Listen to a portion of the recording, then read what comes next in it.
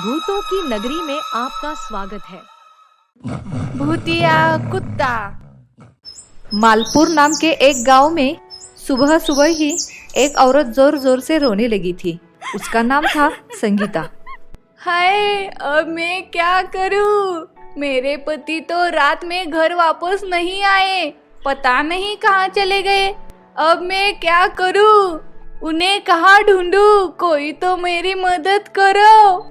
सुबह सुबह उसकी आवाज सुनकर सब वहां आ गए। अरे क्या हुआ भाभी जी, तुम इतना क्यों रो रही हो? अब मैं तुम्हें क्या बताऊं भैया जी, तुम्हारे दोस्त रात से घर वापस नहीं आए हैं। अरे भाभी जी, आप बिल्कुल चिंता मत करो, मैं उन्हें ढूंढ लाऊंगा। ऐसा कहकर लल्लन वहां से चला जाता है और उसे ढूंढते ढूंढते वो गांव के बाहर के एक झोपड़ी में पहुंच गया। वहां जाते ही उसे एक आवाज आ गई।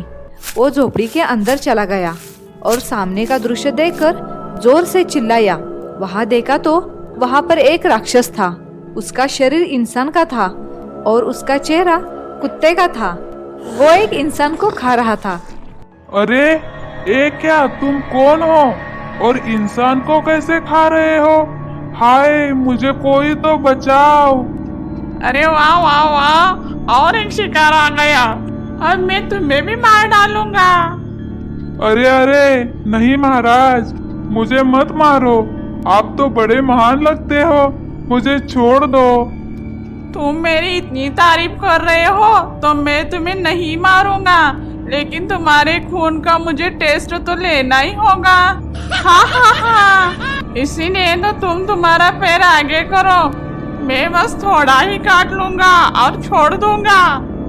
लल्लन ने सोच लिया, मरने से ज्यादा बेहतर है मैं उसे पैर ही दे देता हूँ। फिर लल्लन ने पैर आगे किया और उस कुत्ते ने जरा सा ही पैर पर काट लिया। हाय, मैं मर गया, बस करो, अब मुझे जाने दो। फिर कुत्ते ने लल्लन को छोड़ दिया और लल्लन भागते हुए गांव जाने लगा। पागल कहीं का, इसे क्या पता कि मैंने उसके शरीर में मेरा वायरस छोड़ दिया है।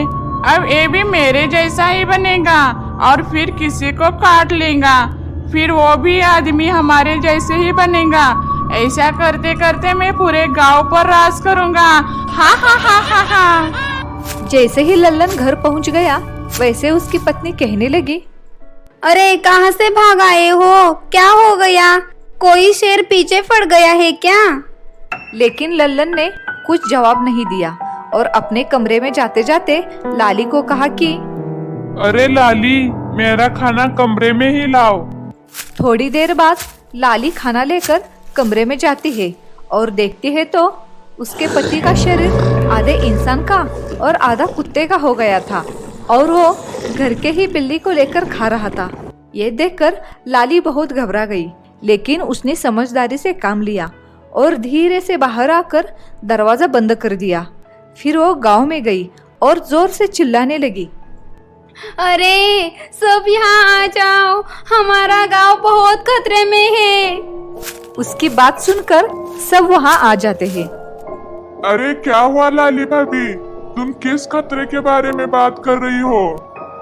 लाली ने सबको सारी हकीकत बता दी।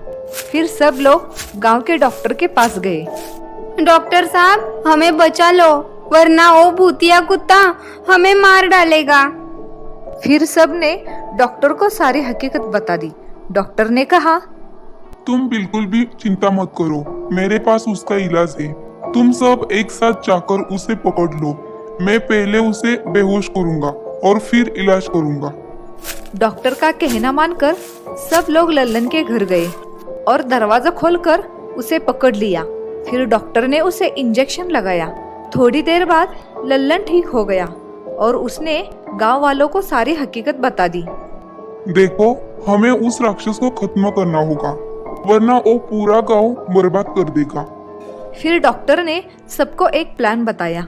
प्लान के मुताबिक सब गांव वाले कुत्ते को बेहोश करने वाली दवाई का टैंकर लेकर झोपड़ी के पास गए और जैसे ही वो दवा झोपड़ी के अंदर छोड़ दी, वैसे अंदर से जोर से चिल्लाने की आवाज आ गई। अरे तुम कौन हो? अरे क्या कर दिया? मेरा दम घुट रहा है। ऐसा कहते कहते आवाज बंद हो गई।